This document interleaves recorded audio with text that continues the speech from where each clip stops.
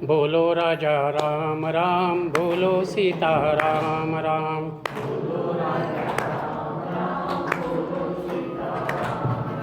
बोलो राजा राम राम, बोलो सीता राम राम।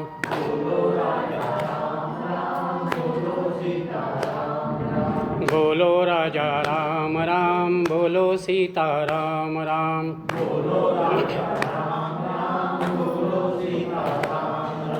बोलो राजा राम राम, बोलो सीता राम राम।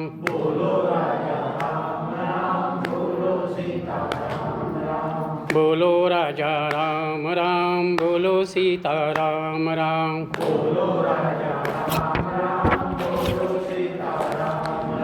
बोलो राजा राम राम, बोलो सीता राम राम।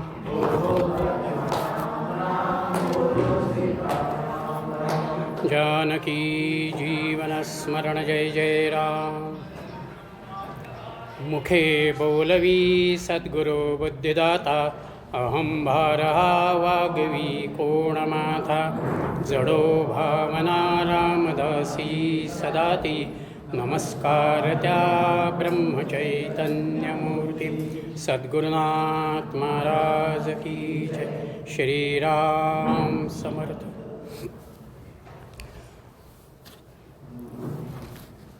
प्रभू रामचंद्रांना, मारुतीरायाला आणि सद्गुरूंना वंदन करून आजच्या चिंतनाला आपण प्रारंभ करूया।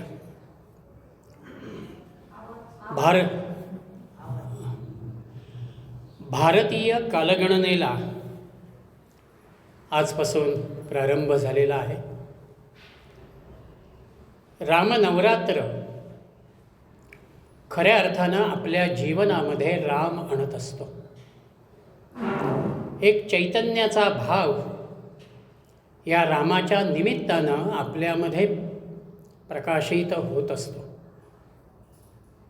वसंत ऋतूचं आगमन, कोकिळेचं मधुर कूजन हा निसर्गामधलाही आनंदाचा एक भाग आपण प्रतिवर्षी अनुभवत असतो। मनुष्य म्हणून मी जन्माला आल्यानंतर माझ्याही जीवनामध्ये खऱ्या अर्थानं वसंत असावा,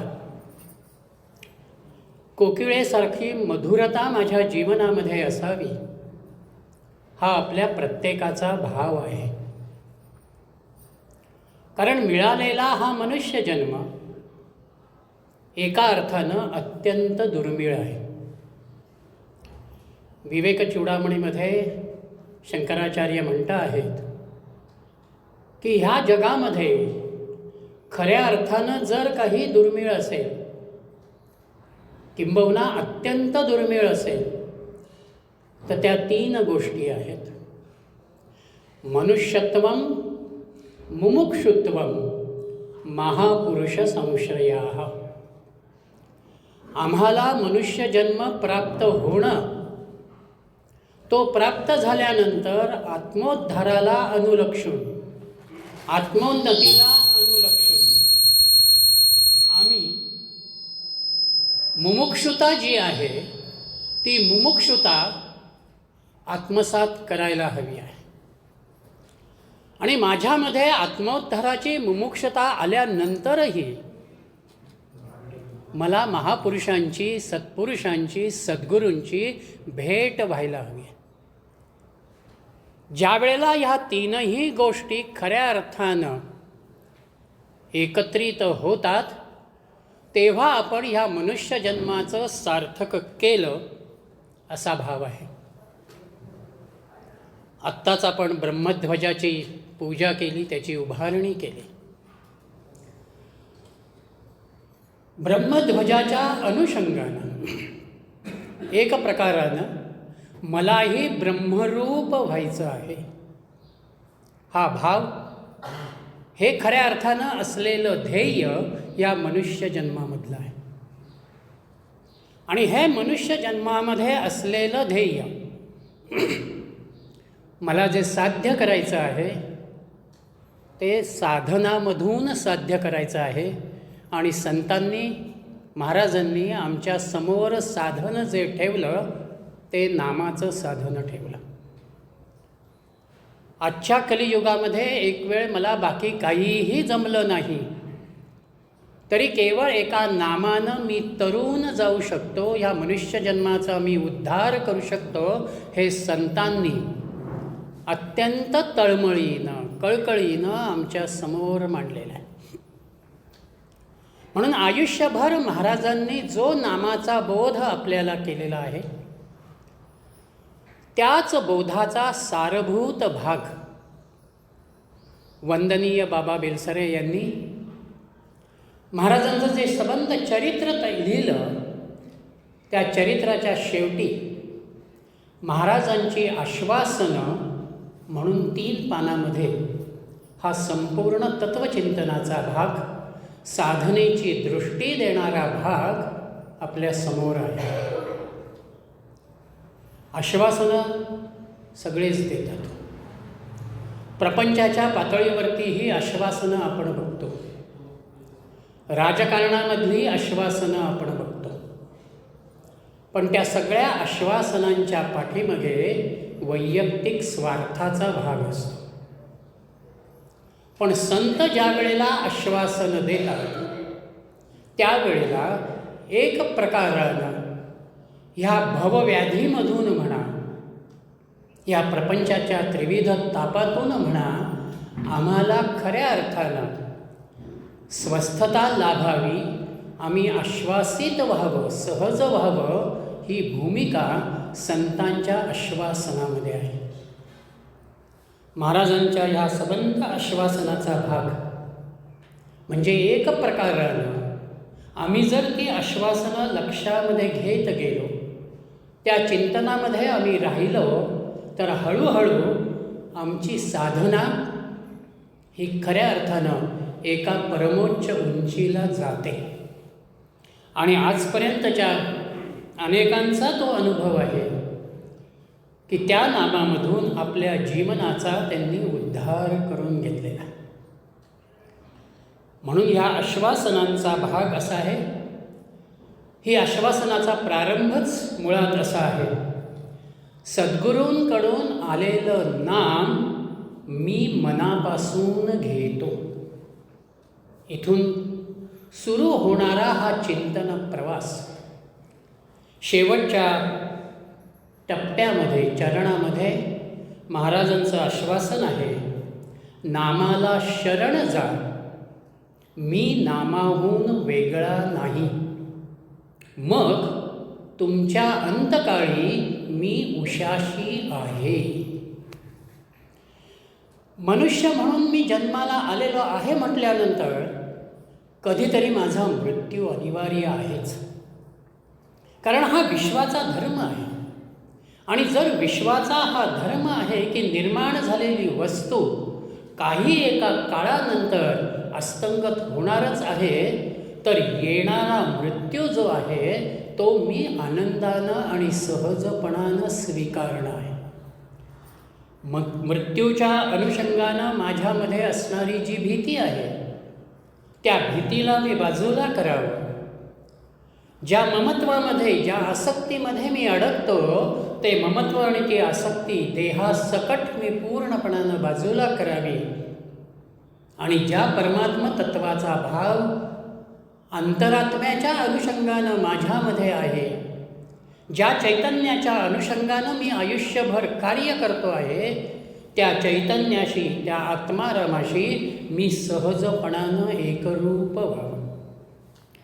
म्हणून अनुग्रहाच्या द्वारा सद्गुरूंनी आम्हाला नाम दिल्यानंतर त्या नामाचा जो अभ्यास आहे, त्या नामाचं जे अनुसंधान आहे, तो सगळा प्रवास या आश्वासनांच्या मध्ये आहे. म्हणून इथे हा अभ्यास नामाचा मी कसा करावा,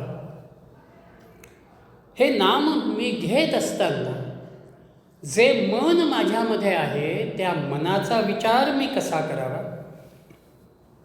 ज्या सद्गुरूंनी मला हे नाम दिलेलं आहे त्यांच्या असणेपणाची जाणीव मी कशी अखंड ठेवावी आणि ती जाणीव ज्या वेळेला माझ्यामध्ये स्थिर होते त्यावेळेला आनंदाची प्राप्ती आपल्याला व्हायला लागते. त्या आनंदाच्या प्राप्तीमध्येच शरणागत भाव येतो.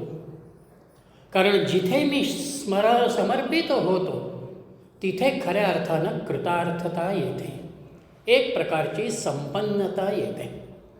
आणि एकदा हा शरणागत भाव आला की आपोआप आपण खऱ्या अर्थानं नाम देणाऱ्या आपल्या सद्गुरूंशी, आपल्या महाराजांशी आपण एकरूप होतो. हे सगळे टप्पे या चिंतनामध्ये, या अनुसंधानामध्ये आपल्या समोर उलगडत जातात. म्हणून नित्य असलेल्या आपल्या नामसाधनेतही वंदनीय बाबा असं म्हणालेले आहेत की यातला एखादा जरी विचार तुम्ही तुमच्या समोर आणलात आणि नामाला सुरुवात केलीत तर ते नाम तुम्हाला आपोआप त्या उंचीवरती नेतं. तो एक भाव तुमच्यामध्ये स्थिर होतो आणि नामाचा खरा आनंद आपल्याला प्राप्त होतो. म्हणून महाराजांच्याच प्रेरणेनं आणि प्रभू रामरायांच्या कृपा आशीर्वादानं ह्या चिंतनामध्ये, या आश्वासनांच्या अंतरंगामध्ये शिरण्याचा या 9 दिवसाच्या 8 दिवसाच्या कालखंडामधला हा एक अल्पसा प्रयत्न आहे. ही त्यांची प्रेरणा आहे. हा भाव त्या अनुषंगानं आपल्यासमोर आहे. महाराजांचं पहिलंच वचन आहे, वाक्य आहे आश्वासनांमधलं, सद्गुरूंकडून आलेलं नाम मी मनापासून घेतो. सद्गुरूंकडून आपण नाम घ्यायचं आहे. नाम म्हटलं तर ते रामाचं असेल, कृष्णाचं असेल, दत्ताचं असेल, महादेवाचं असेल, भगवतीचं असेल. आम्हाला अनेक मंत्र आमच्या समोर आज आहेत. पण सद्गुरू ज्या वेळेला आपल्याला हा मंत्र देतात, ते नाम देतात, त्यावेळेला त्या नामाबरोबर त्यांची असणारी जी शक्ती आहे ती शक्तीही ते आपल्या अंतरंगामध्ये संक्रमित करतात. आपल्या असलेल्या हृदयस्थ आत्मारामाला, अंतरात्म्याला ते स्पर्श करतात आणि आपल्या साधनेला पुढे नेण्याच्या दृष्टीनं ज्याला एक सुरुवात म्हणावी, प्रारंभ म्हणावा, तो भाव त्यांच्यामध्ये आहे. म्हणून सद्गुरूंकडून आलेलं नाम हे एक प्रकारानं विशेष स्वरूपाचं आहे. आज आपण कसे आहोत तर देहाचा विचार करत असताना हे माझा देह, माझा भावना व्यक्त करणारा मनाचा भाग आणि चैतन्य प्राण या अनुषंगानं असलेला आत्मा, हे 3 घटक आपल्या समोर आहेत. शरीर आणि मन यांचा विचार जो आहे तो विज्ञान करेल, शरीरशास्त्र करेल. पण आत्म्याचा असलेला जो विचार आहे तो आत्म्याचा विचार अध्यात्माच्या अंगानं आमच्यामध्ये केला गेला. की जे माझ्या आतमध्ये आहे, ज्याच्या आधारानं मी आज कार्य करतो आहे, त्या आत्म्याचा आनंदाचा भाव मला जाणून घ्यायचा. म्हणून शरीर आणि मन या दोघांना एका वळणावरती, वाटेवरती आम्हाला जर न्यायचं असेल आणि ती वाट आत्मानंदाच्या मार्गानं जाणारी असेल तर आम्हाला तिथे सद्गुरूंनी दिलेलं नाम हे अधिक उपयोगाला येतं. म्हणून आपण नाम घेतो. इथे हे नाम घेत असताना महाराजांचा भाव असा आहे की नाम मी मनापासून घेतो. कार्यालयामध्ये काम करत असताना माझं लक्ष घड्याळाकडे असतं. 5 वाजता जर 5:30 वाजता माझं टायमिंग ऑफिसचं संपत असेल तर 5 वाजल्यापासूनच मी आवरायला सुरुवात करत असतो. म्हणजे बऱ्याच वेळेला मी काम करून टाकलं ही भावना माझी कार्यालयीन कामामध्ये, प्रपंचातल्या एखाद्या कामामध्ये सातत्यानं आहे. पण ज्या वेळेला माझं मन मी तिथे लावतो त्यावेळेला त्या मनाचा भाव असा आहे की त्या कामामध्ये ते जे जितक्या सहजतेनं येतं त्याच्यामधून तुम्हाला वेळेचंही भान राहत नाही, शारीरिक श्रमाचाही विचार तुमच्या समोर येत नाही. कारण मनानं मी एखादी गोष्ट ज्या वेळेला करतो त्यावेळेला माझ्यामध्ये एक वेगळी ऊर्जा येते. म्हणून सद्गुरूंकडून आलेलं जे नाम आहे ते नाम ज्या वेळेला माझ्यामध्ये संक्रमित होतं त्यावेळेला त्याचा भाव जो आहे, त्याचं सातत्य जे आहे ते मनापासून मला घ्यायचं आहे. सद्गुरूंकडून येणारं नाम ज्याला आम्ही अनुग्रह म्हणतो, त्यांनी मला जवळ घेतलं आणि त्यांनी मला नाम दिलं. यामुळे एक प्रकारचं त्यांच्यातलं आणि माझ्यातलं असलेलं अंतर हे साधनेच्या अंगानं काहीसं कमी होत गेलेलं आहे. आणि त्यांनी मला नाम दिल्यानंतर मगाशी मी म्हटलं तसं की त्यांची शक्ती आपल्यामध्ये संक्रमित होते. म्हणून त्या नामानं माझ्या आध्यात्मिक प्रवासाला, साधनेला एक सशक्तता येते. कारण ते कसे आहेत? ते सर्वज्ञ आहेत, सर्वशक्ती समन्वित आहेत, व्यापकत्वाचा भाव त्यांच्यामध्ये आहे. म्हणून सद्गुरू कोणीही असू दे, त्या सद्गुरूंचं स्मरण करत असताना आपण जे शब्द वापरतो त्या शब्दांमधूनच त्यांच्यामधल्या एका विलक्षणतेची प्रचिती आपण घेत असतो. अनंत कोटी ब्रह्मांड नायक राजाधिराज सच्चिदानंद समर्थ सद्गुरू. ब्रह्मांड, तुम्ही आम्ही ज्या ब्रह्मांडामध्ये राहतो आहोत ते केवळ एकच ब्रह्मांड, पण या विश्वामध्ये अनंत ब्रह्मांड आहेत.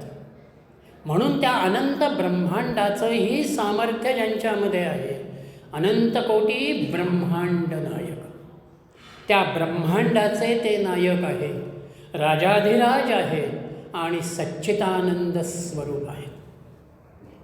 सत्य, चित आणि आनंद. भगवंताचं वर्णन करतानाही आम्ही सच्चित आनंदाचाच भाव त्याच्यामध्ये अनुभवतो. सद्गुरू भगवंत स्वरूप आहेत आणि म्हणून अनुग्रहामधून ते आम्हाला जे नाम देतात त्या नामामधून त्यांच्यामधल्या शक्तीचा भाव हा आमच्यामध्ये येतो. म्हणून नाथ भागवतामध्ये नाथांनी सद्गुरूंना अनुलक्षून कर्णधार शब्द वापरलेला आहे. खेळाची टीम असते, क्रिकेटची असेल, फुटबॉलची असेल, आणखीन कुठले खेळ असतील, तिथे त्या संख्येला अनुलक्षून त्या संघाचा कुणीतरी एक कर्णधार असतो. तसं सद्गुरू मला अनुग्रह देतात म्हणजे ते माझ्या जीवनाचे कर्णधार होतात. आणि कर्ण आधाराचा भाग दुसरा असा आहे की आम्ही जे नाम घेतो ते कानातून गुरु आम्हाला नाम देतात. ज्या कानानं त्यांनी मला नाम दिलं तो जो कर्णभाव आहे, तो जो श्रवणाचा भाग आहे, तो जो स्वीकृतीचा भाव आहे, तो मला गुरूंनी दिला. म्हणून गुरु कर्णधार आहेत. आणि हे अनुग्रहातून मी नाम घेतल्यानंतर कानानं ते मी आत घेतलं आणि आत आलेलं नाम सद्गुरूंच्या सामर्थ्यानं माझ्या हृदयस्थाला, माझ्या अंतरात्म्याला ते स्पर्श करतं. मी जे जे म्हणून काही श्रवण करतो, जे जे म्हणून मी काही स्वीकारतो ते माझ्यासाठी किती उपयुक्त आहे आणि ते जेवढं उपयुक्त आहे तेवढं मी आत स्थिर करणं हा भाव आपल्यासाठी महत्त्वाचा आहे. रामकृष्ण परमहंसांनी एक गोष्ट सांगितलेली आहे, आपण ऐकलेली असेल कदाचित. एका राजानं असं जाहीर केलं की कुणीही माझ्यासमोर अशा रीतीच्या अलौकिक मूर्ती आणाव्यात की त्यांच्यामध्ये एक विशेषत्व मला जाणवेल. एका मूर्तिकारानं तसा प्रयत्न केला. त्यानं 3 मूर्ती तयार केल्या. त्यातल्या एका मूर्तीच्या कानामध्ये त्यानं दोरी घातली, ती दुसऱ्या कानातून बाहेर पडली. दुसऱ्या मूर्तीच्या कानातून त्यांनी दोरी घातली, ती मुखातून बाहेर पडली. आणि तिसऱ्या मूर्तीमध्ये कानातून घातलेली दोरी बाहेर आली नाही. रामकृष्ण परमहंस म्हणाले, आम्हाला जे ग्रहण करायचं आहे ते असं ग्रहण करायचं. काही जण कसे असतात, इकडनं ऐकतील, इकडनं सोडून देतील. काही जण ऐकतात आणि आपण काय ऐकलेलं आहे, मला काय समजलेलं आहे ते इतरांपर्यंत पोचवण्याचा प्रयत्न करत आहोत. आणि काही जण जे आत्मसात होतं ते माझ्या उन्नतीच्या अनुषंगानं माझ्यामध्ये मला कसं स्थिर करता येईल याकडे लक्ष देतात. म्हणून अनुग्रहामधून आलेलं नाम हे माझ्या हिताचं आहे, या मनुष्यजन्माच्या सार्थकतेशी ते निगडीत आहे. म्हणून ती नामसाधना करताना मी मनापासून करावी. नाम जे घेणं आहे ते नाम रोज घेताना मनापासून मी ते घेतो आहे, त्या नामामधून मला आनंद मिळतो आहे, हा भाव सतत आपल्यामध्ये जागा असणं महत्त्वाचं आहे. कारण सत्पुरुषांचा अनुग्रह ज्या वेळेला नामाच्या अनुषंगानं आपल्याला प्राप्त होतो, 11 जुलैच्या प्रवचनामध्ये महाराज असं म्हणालेले आहेत की अनुग्रहाच्या द्वारा सत्पुरुषांचा अनुग्रह आम्हाला प्राप्त झाल्यानंतर आमच्या प्रापंचिक आणि पारमार्थिक दोनही बाबतीमध्ये त्या सत्पुरुषाचीच सत्ता काम करते. याचा अर्थच मुळात असा आहे की माझा प्रपंचही मी महाराजांच्या स्वाधीन केलेला आहे आणि माझा अध्यात्म प्रवासही त्यांच्या स्वाधीन आहे. ते ज्या पद्धतीनं मला मार्गदर्शन करत राहतील त्या अनुषंगानं माझ्या जीवनाचा भाव पुढे सरकेल. म्हणून त्यांनी दिलेलं नाम मला मनापासून घ्यायचं आहे. प्रपंचामध्ये जेवढं मन माझं गुंतून जातं, संध्याकाळी 7 वाजल्यापासून रात्री 10 वाजेपर्यंत टी व्हीवरच्या सिरियलमध्ये जेवढं माझं मन चिकटतं, काही कारणानं मला जर आज सिरियल पाहता आली नाही तर दुसऱ्या दिवशी इतर वेळेला तिचा एपिसोड केव्हा आहे हे मी बघेन आणि त्यावेळेला तो मी बघेन. नाही तर कोणी बघितलं असेल तर त्याला विचारतो आजच्या एपिसोडमध्ये काय झालं. म्हणजे याचा अर्थ मन आमचं चिकटतं. जिथे आनंदाचा भाव आहे त्या आनंदाला अनुलक्षून मनाचा विचार आहे. म्हणून भगवंतानं अर्जुनाला म्हटलं, मन एव मनुष्याणां कारणं बंधमोक्षयोः. आपलं मन आपल्याला बंधनामध्ये ठेवायला, आसक्तीमध्ये ठेवायला कारणीभूत आहे आणि त्या आसक्तीमधून बाहेर काढत नामाच्या परमानंदामध्ये ठेवायलाही त्या मुक्ततेचा, मोक्षाचा भावही नामा आपल्याच मनाशी निगडीत आहे. म्हणून मनापासून नाम घेणं आहे. मनाचा आत्ताचा असलेला जो स्वभाव आहे, आचार्यांनी मनाची व्याख्या करताना म्हटलेलं आहे, संकल्प विकल्पात्मकं मनाः. आमचं मन एखादा संकल्प करतं, मला हे करायचं आहे. 1 जानेवारी असेल, आजचा गुढीपाडवा असेल, आम्ही नववर्षाच्या प्रारंभाला काही ना काहीतरी संकल्प करतो. ते 8-15 दिवस चालतात, हळूहळू ते कमी होत जातात. आणि मग 31 डिसेंबरला आम्ही म्हणणार, अरे मी ठरवलं होतं पण नाही बा, आपल्याला काही ते जमलं नाही, आता यावर्षी पुन्हा 1 जानेवारीला मी संकल्प करतो. म्हणजे मी संकल्प करावा आणि केलेल्या संकल्पामध्ये कुठेतरी विकल्प यावा, काहीतरी गडबड व्हावी, अडथळा यावा, म्हणून मन सारखं इकडे तिकडे होत राहणं हा मनाचा धर्म आहे. म्हणून त्या मनाला मला प्रसन्न ठेवायचं असेल तर मन करारे प्रसन्न सर्व सिद्धींचे कारण. आम्हाला प्राप्त होणारा जो आनंद आहे त्या आनंदाचा भाव मनामधूनच आम्हाला घ्यायचा आहे. म्हणून महाराज आश्वासनामध्ये आम्हाला पुढे म्हणत आहेत, सद्गुरूंकडून आलेलं नाम मी मनापासून घेतो. पुढे ते म्हणत आहे, त्या नामामध्ये ते आहेत या विश्वासापासून साधकाचा साधन प्रवास सुरू होतो. आपण जे नाम घेतो आहोत त्या नामामध्ये सद्गुरू पूर्णपणानं आहेत. सद्गुरूंना कधीही केवळ देहाच्या चौकटीत बघायचं नाही, किंबहुना ते व्यापक अर्थानं आमच्यामध्ये आहेतच ही धारणा त्या ठिकाणी आहे.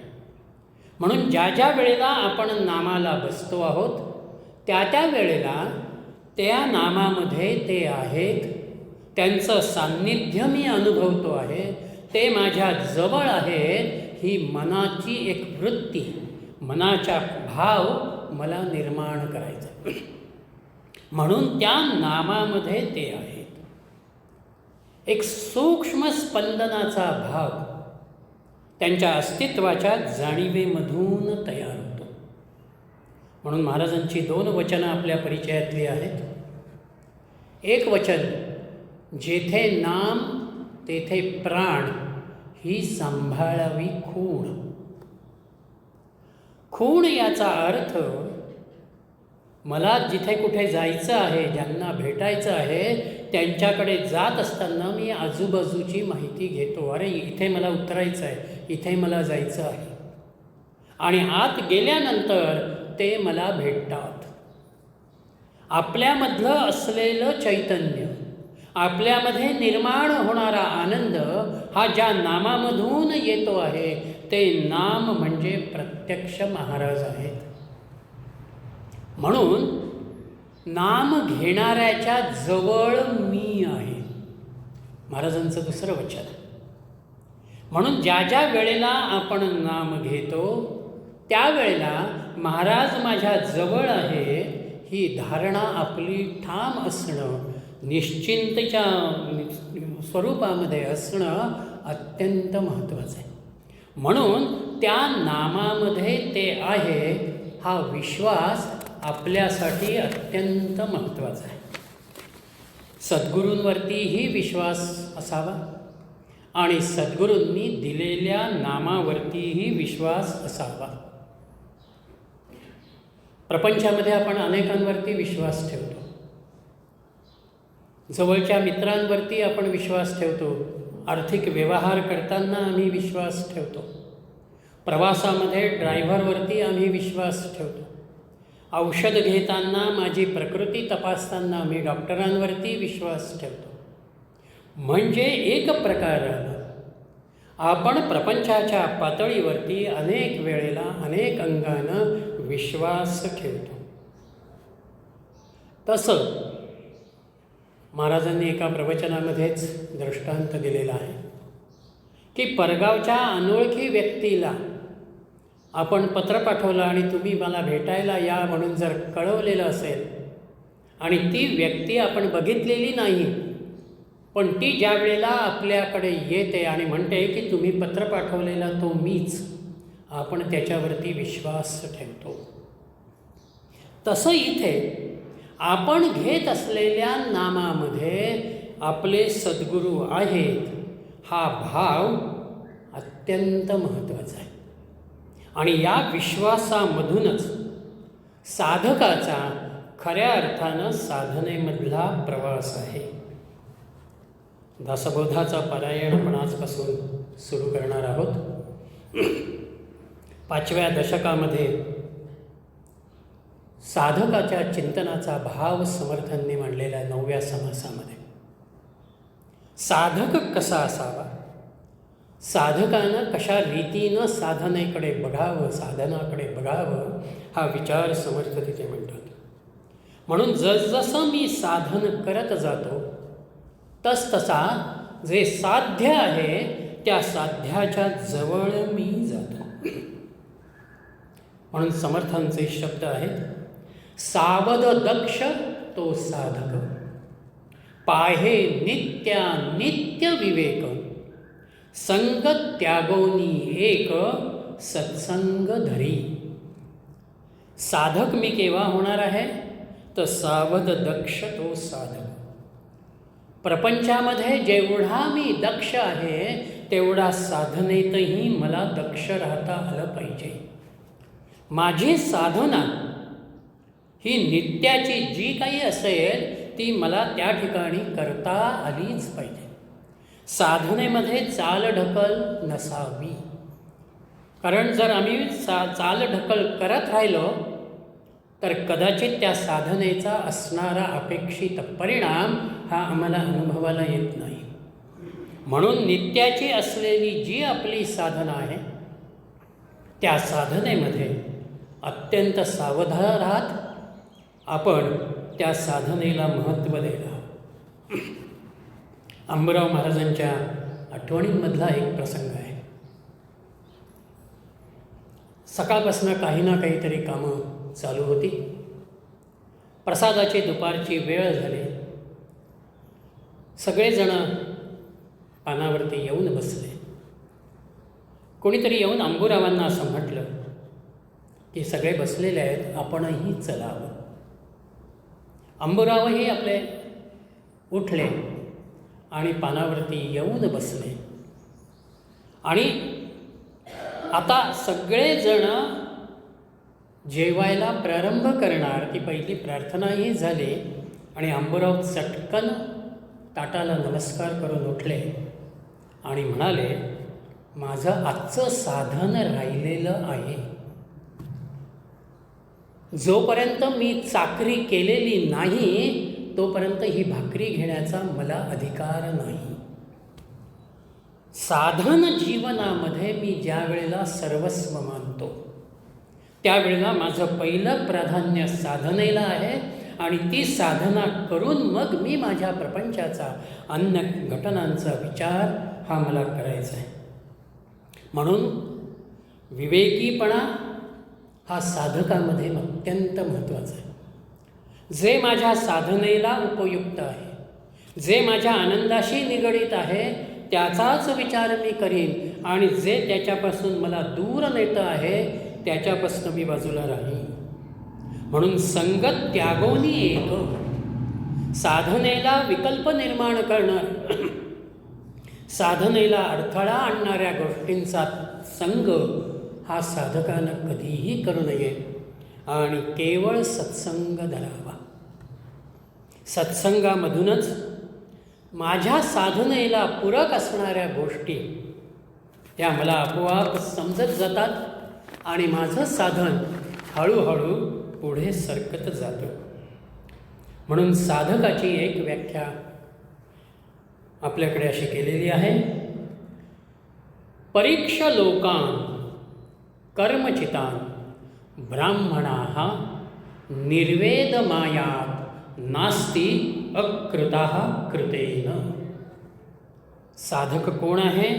परीक्ष लोकान कर्मचितान, ज्यानं सर्व कर्म आणि कर्मफलाच्या स्वरूपाच्या सर्वांगीण विचार केलेला आहे आणि निर्वेद माया नास्ती अकृता करूयेत. आणि कर्मामधून नित्य जे आहे त्याची निर्मिती होत नाही असं ज्याच्या लक्षामध्ये आलेलं आहे आणि म्हणून सगळ्या कर्मापासून आणि कर्मफळापासून जो निवृत्त झालेला आहे अशा वैराग्य संपन्न वृत्तीला साधक म्हटलेला आहे. म्हणून साधकामध्ये जे माझं ध्येय आहे ते ध्येय माझ्यासाठी सर्वोच्च आहे. त्या ध्येयाकडे मी जात असताना मला जे जे बाजूला करायचं आहे ते कटाक्षानं मला बाजूला करता आलं पाहिजे. प्रपंच सोडायचा नाही. संतांनी आम्हाला प्रपंच सोडा असं कुठेही म्हटलेलं नाही. पण प्रपंच हा दुःखरूप आहे. प्रपंच हा अपूर्ण आहे. तो मला नित्य कायमचं सुख देत नाही ही धारणा माझ्यामध्ये कायम असायला हवी. समर्थ रामदासांचे शब्द आहेत, या संसारी सुखी जाहला ऐसा ना देखिला ना ऐकिला. संसारामध्ये कोणी सुखी झाला असं ऐकलेलंही नाही आणि बघितलेलं नाही. एक नवजोडपं विवाह झाल्यानंतर महाराजांच्या दर्शनाला आलेले. महाराजांचं त्यांनी दर्शन घेतलं. महाराजांनी त्यांना बसवून घेतलं, विचारपूस केली. ते दोघंही नवरा बायको महाराजांना असं म्हणाले की महाराज, आमचा प्रपंच सुखी होईल असा आशीर्वाद आम्हाला द्या. महाराज हसले नेहमीच्या त्यांच्या पद्धतीप्रमाणे आणि ते त्या जोडप्याला असं म्हणाले की अरे, जो प्रपंच सुखकारक नाही तो प्रपंच सुखी व्हावा असं मी कसं म्हणू. पण रामरायाच्या कृपेनं तुम्ही प्रपंचात आनंदी राहाल असा आशीर्वाद मी दे.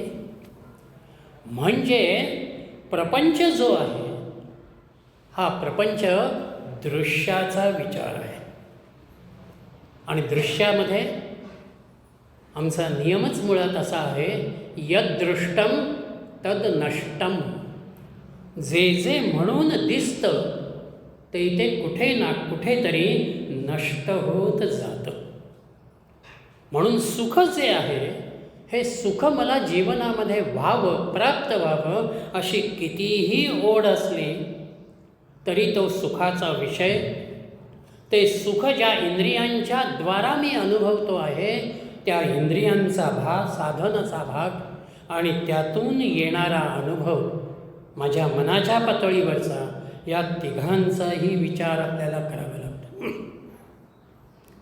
आपल्या हातामध्ये जे नाणं असतं ते नाणं ज्या वेळेला आपण हातामध्ये घेतो त्यावेळेला नाण्याची एकच बाजू वरती असते आणि एक बाजू खाली असते.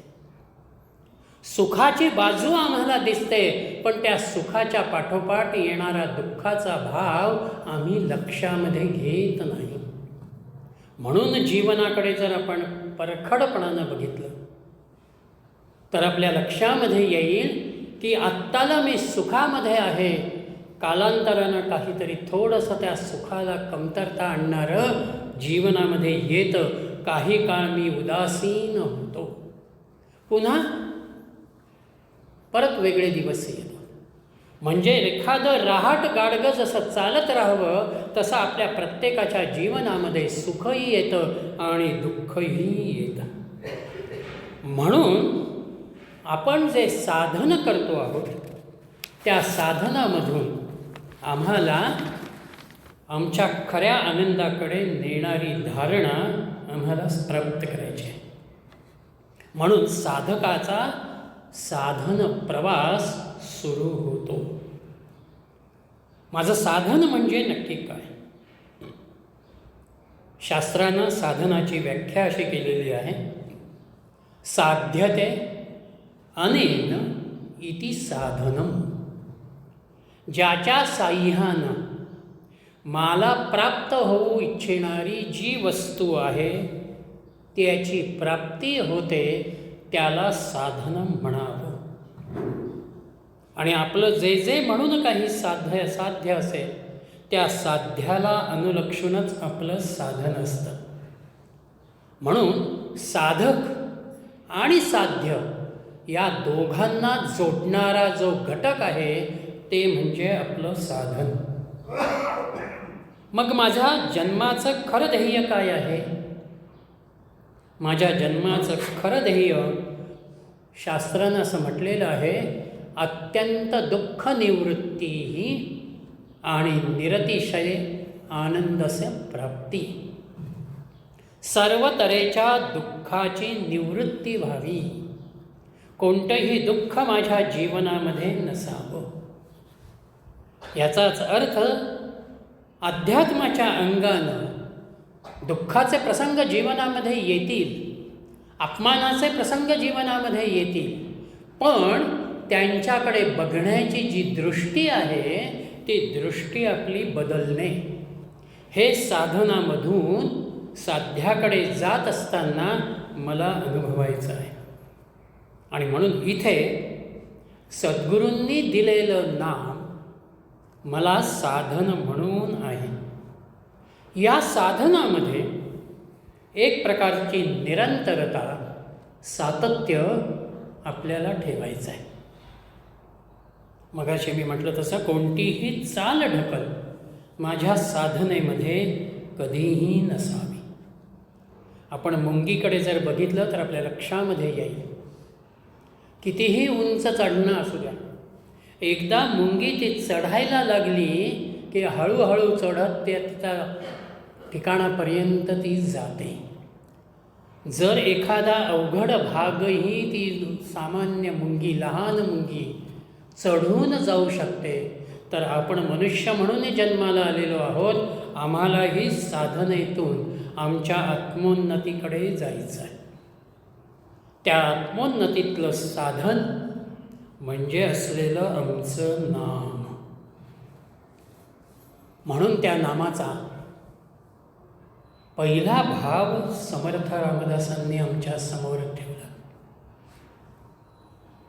स्मरण देवाचे करावे, अखंड नाम जपत जावे, नामस्मरणे पावावे समाधान. पहिल्यांदा स्मरण आहे.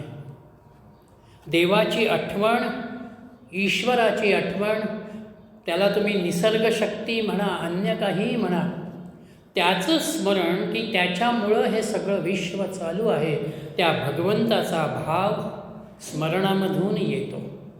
ते स्मरण मला टिकवायचं असेल, त्या स्मरणामध्ये अखंडता निर्माण करायची असेल तर नामस्मरण मला करायला हवं. रामाचं स्मरण होण्यासाठी, महाराजांचं स्मरण होण्यासाठी त्यांनी दिलेलं नाम अखंड निरंतर स्वरूपामध्ये आपल्याला घेता आलं पाहिजे.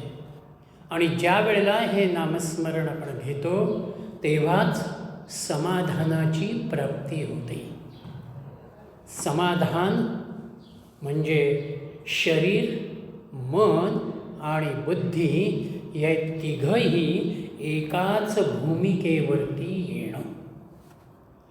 माझं शरीरही नामाशीसाठी मी बसलेलो आहे, माझी बुद्धीही त्या नामाशी निगडीत झालेली आहे, मनही तिथे हळूहळू तयार होतं. आणि शरीर, मन, बुद्धी एकदा तिथे एकत्र आले की त्या नामातली एकाग्रता हळूहळू तयार होते. म्हणून सद्गुरूंनी दिलेल्या नामामध्ये ते माझ्या सन्निध आहे हा भाव आमच्यामध्ये आकाराला येतो. तो येत असताना साधकानं काय करायला हवं आहे तर विश्वासापासून साधकाचा साधन प्रवास सुरू होतो. मगाशी मी म्हटलं तसं विश्वास अत्यंत महत्त्वाचा.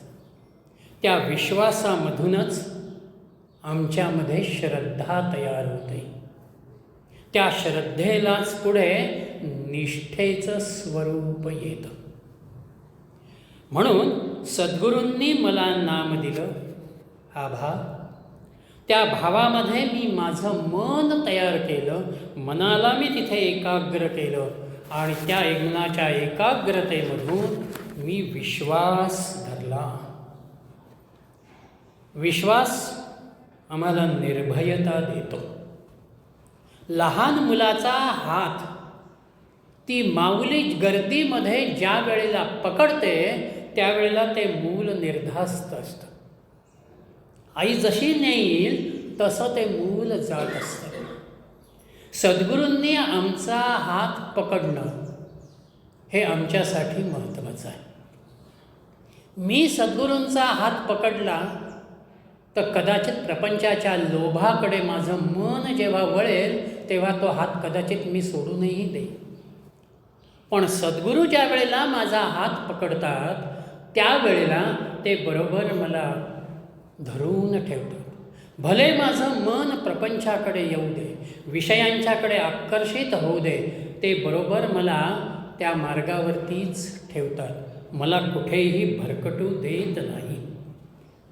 म्हणून विश्वासामध्ये आपल्या हिताचा, आपल्या कल्याणाचा भाव आहे.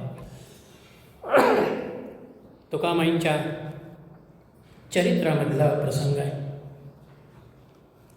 कालच आपल्याकडे नव्हतं, पण विश्वाच्या पातळीवरती काल सूर्यग्रहण संपन्न झालं. सूर्यग्रहणाचा प्रसंग आणि ग्रहण कालामध्ये आपण गंगा स्नान करावं हा आपला परंपरेनं चालत आलेला भाग. आता पर्वकाळामध्ये गंगेचं स्नान करायचं तर येहेळ गावापासून नांदेड हे अंतर जे आहे ते जवळपास 16 कोसाचं अंतर आहे. म्हणजे घोड्यावरनं जरी जायचं म्हटलं तरी 1 तासामध्ये माणूस पोचणार नाही. त्यामुळं आता गंगा स्नानाला कोण येतं असा प्रश्न ज्या वेळेला तुकामाईंनी केला त्यावेळेला अनेक जण असं म्हणाले की हे कसं शक्य आहे, आपण काही पर्वकाळामध्ये नांदेडला पोचू शकत नाही. तुकामाईंनी सगळ्यांचं ऐकून घेतलं आणि मग ते म्हणाले, मी जाणार आहे, माझ्याबरोबर ज्यांना यायचं असेल त्यांना मी घेऊन जातो. 2 जण तयार झाले. तुकामाईंनी त्यांना आपल्या खोलीमध्ये घेतलं, खोलीचं दार बंद केलं, त्यांना डोळे मिटायला सांगितले आणि योगमार्गानं स्वतः तुकामाई आणि ते 2ही साधक नांदेडला गंगेवरती उतरले. त्यांनी स्नान केलं. 5-25 माणसांना जे येळगावामधली आधीच नांदेडमध्ये आलेली होती त्या माणसांनाही ते भेटले आणि पुन्हा योगमार्गानं तुकामाईंनी त्यांना येळगावमध्ये आणलं. खोलीचं दार उघडलं तुकामाईंनी, त्यावेळेला हे 3ही जण पूर्ण ओलेचिंब बाकीच्या लोकांनी बघितले. आणि नंतर 2 दिवसांनी बाकीची येळगावातली मंडळी आली, त्यावेळेलाही ते म्हणाले, तुकामाईंना आम्ही गंगा स्नानाला बघितलं, त्यांचं आम्ही तिथे दर्शन घेतलं. विश्वास, तुकामाईंच्या एका शब्दावरती त्या दोघांनी विश्वास ठेवला, श्रद्धा ठेवली आणि ते तुकामाईंच्या बरोबर गेले आणि गंगा स्नानाचा आनंद त्यांनी अनुभवला. म्हणून आपण ज्या श्रद्धेनं, ज्या निष्ठेनं इथे राहतो ती नेहमीच आपल्या कामाला येते. पण साधनेच्या पहिल्या टप्प्यामध्ये आपल्यामध्ये विश्वासही येतो, श्रद्धेचा थोडासा भागही असतो, पण तिथेही तळ्यात आणि मळ्यात असा भाग काहीसा आमचा असतो. म्हणून आश्वासनामध्ये महाराज पुढे असं म्हणालेले आहेत, त्या नामामध्ये सद्गुरूंच्या सान्निध्याची भावना भुसभुशीत असते. भुसभुशीतपणाचा भाव म्हणजे मी स्वतःला जेवढा खरा मानतो आहे, आज मला स्वतःला मी आहे असं ज्या ठामपणानं म्हणतो आहे, त्याप्रमाणे मी महाराज आहेत असं म्हणत नाही.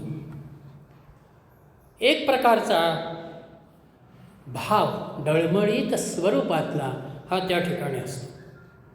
म्हणून साधकाच्या दृष्टीनं भुसभुशीतपणा जो आहे सद्गुरूंच्या सान्निध्याचा, तो आपल्याला बाजूला करायचा आहे. महाराज होते या शब्दांच्या पेक्षा महाराज आहेत ही भूमिका अत्यंत महत्त्वाची आहे आणि ती तुम्हाला प्रचिती देते. आणि एकदा महाराजांच्या असणेपणाची जाणीव आली की आपोआप महाराज पुढे म्हणालेले आहेत, नाम खोलात शिरू लागले की ती भावना गोठून स्थिरावू लागते. सुरुवातीला विश्वास आहे, त्या विश्वासाचं रूपांतर श्रद्धेमध्ये आहे आणि गोठून स्थिरावणं म्हणजेच त्या श्रद्धेचं निष्ठेमध्ये रूपांतर आहे. तिथे भुसभुशीतपणा गेला, डळमळीतपणा गेला. हे केव्हा घडले? नाम खोलात शिरू लागल्यावर. आम्ही नामाचा भाव जसजसा वाढवत नेतो तसतसा आम्हाला त्याच्यामधल्या अनुभवाचा भाग येतो.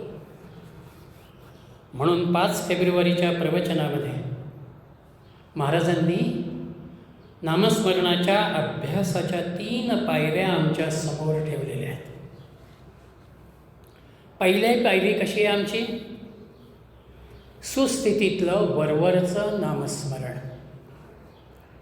आम्ही गोंदवल्याला जाऊ, अनुग्रह घेऊ, माळ घेऊ, घरी येऊन रोज 13 माळा जप करू, पण हे बाकी सगळं करत असतानाही माझं प्राधान्य कुठे आहे? प्रपंचाला प्राधान्य.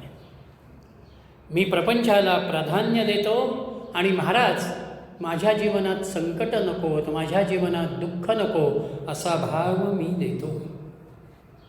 पण ह्या नामाचा अभ्यास जसजसा आपला प्रगत होत जातो तसतसं आम्ही दुसऱ्या पायरीवरती येतो की भगवंताच्या शिवाय, महाराजांच्या शिवाय माझं कुणी नाही. ही भावना ज्या वेळेला मी माझ्यामध्ये निर्माण करत राहतो त्यावेळेला जीवनातल्या अनेक अवघड प्रसंगांमध्ये आपल्याला महाराजांचं स्मरण होत राहतं. म्हणून मगरानं पाय पकडल्यानंतर त्या गजेंद्रानं पहिल्यांदा आपल्या परिवाराकडे बघितलेलं. भागवतातलं गजेंद्र आख्यान आपल्या परिचयाचं आहे. परिवारातलं कुणीही आपल्याकडे बघत नाही आहे आणि आपल्याला सोडवायला येत नाही, त्यावेळेला त्याला स्मरण जे झालं ते एका नारायणाचं झालं. आणि नारायणाच्या एका स्मरणामध्ये समोर ज्या वेळेला गरुडावर आरूढ झालेले भगवंत त्याला दिसतात तेव्हा त्याच पाण्यामधलं एक कमळ तो आपल्या सोंडेमध्ये घेतो आणि भगवंताकडे पूजेच्या भावानं भिरकावतोय.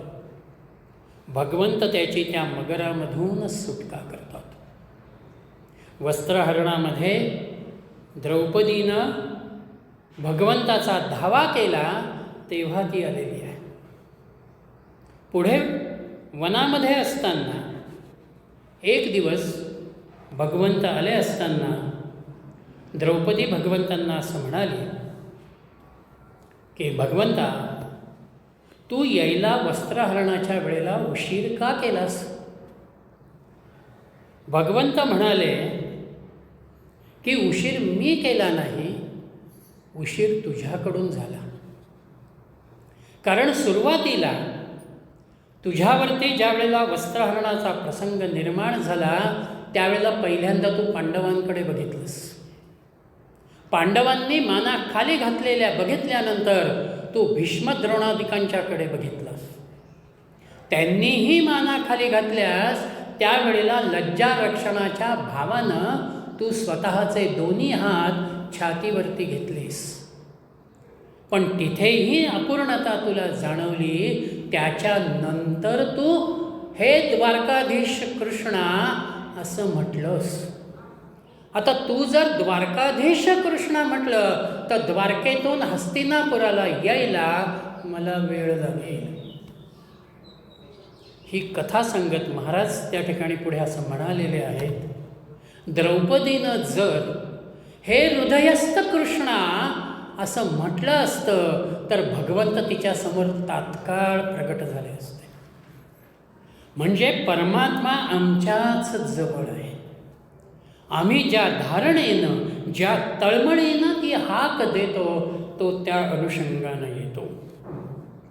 आणि म्हणून वारंवार प्रपंचामधल्या संकटांना अनुलक्षून आम्ही भगवंताचं स्मरण करत राहतो. आणि तिथून पुढे आमची या तिसऱ्या पायरीवरती आम्ही येतो की जिथे सद्गुरूंच्या, भगवंताच्या आम्ही स्वाधीन होऊन जातो.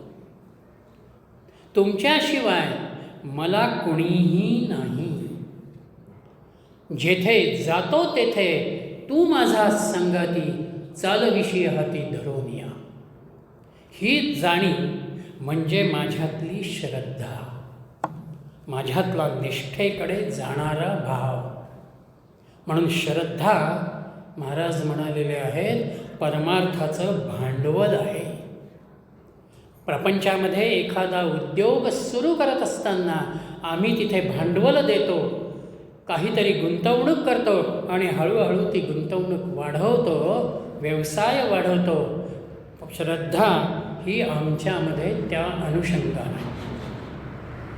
म्हणून गीतेतही भगवंतानं म्हटलेलं आहे, श्रद्धावान लभते ज्ञानम तत्पराः संयतेंद्रियाः. ज्ञानम लब्ध्वा पराम शांतीम अचिरेणाधिगच्छति. श्रद्धेनं तुम्हाला ज्ञान होणार आहे आणि त्या ज्ञानामधूनच तुमची इंद्रिय संयमित होत जातात. तुम्ही अंतर्मुख होत जातात आणि त्या अंतर्मुखतेमधून आत्मज्ञानानं तुम्ही खऱ्या अर्थानं शांत होता. आणि म्हणून ती शांतता ही सद्गुरूंच्या बोधामधून आमच्यामध्ये येते आणि आमच्यामध्ये तो भाव दृढ होऊ लागतो. म्हणून नाम खोलात शिरू लागलं की ती भावना गोठून स्थिर होऊ लागते. गोठून स्थिर होणं म्हणजे माझ्यामध्ये सद्गुरू आहेतच हा भाव तिथे येतो. आणि तिथून महाराज पुढे असं म्हणाले की अखेर सद्गुरू हृदयात विराजमान होतात. तुम्ही सद्गुरूंच्या अनुषंगानं तुमच्यामध्ये निष्ठा ठेवलीत, श्रद्धा ठेवलीत की हळूहळू त्यांच्या असणेपणाची जाणीव ही बळकट होत जाते, ती घट्ट होत जाते. आणि ती घट्ट झालेली जाणीव म्हणजेच माझे सद्गुरू माझ्या हृदयामध्ये स्थिर झाले. एखाद्या फेविकॉलनी जशी वस्तू चिकटून जाते मग ती वेगळी होत नाही, तसं सद्गुरू आपल्यामध्ये स्थिर होतात. पदोपदी, क्षणोक्षणी त्या नामाचा भाव आपल्यामध्ये जागा राहतो. ती जाणीव आमच्यामध्ये येते. म्हणून मगाशी मी म्हटलं तसं की जेथे जातो तेथे तू माझा संगाती. आता त्याला मी संगाती घेतलेला आहे, तो मला चालवतो आहे. म्हणून इथे माझ्यातलं कर्तेपण संपलं. मी करतो, माझ्यामुळे झालं किंवा मी करीन हा भाव माझा इथे कमी होत गेला. आणि हे कर्तेपण एकदा मी बाजूला केलं की आपल्या जीवनाची सगळी सूत्र सद्गुरूंच्या स्वाधीन होतात. तुम्ही जसं मला ठेवाल तसं मी राहीन. त्याच्याविषयी कोणतीही तक्रार माझ्या मनामध्ये येणार नाही. हा भाव आपल्याला तयार करायचा आहे. आणि असे हे सद्गुरू हृदयामध्ये स्थिर झाले की आपली साधना अजून पुढे सरकते आणि आपलं नाम ज्या अनुषंगानं चालतं, सद्गुरूंची सत्ता आपल्या जीवनामध्ये येते, तो पुढला विचार आश्वासनातला उद्याच्या चिंतनामध्ये आपण बघूया. आज याच ठिकाणी वाणीला मी विराम देतो. जानकी जीवनस्मरण.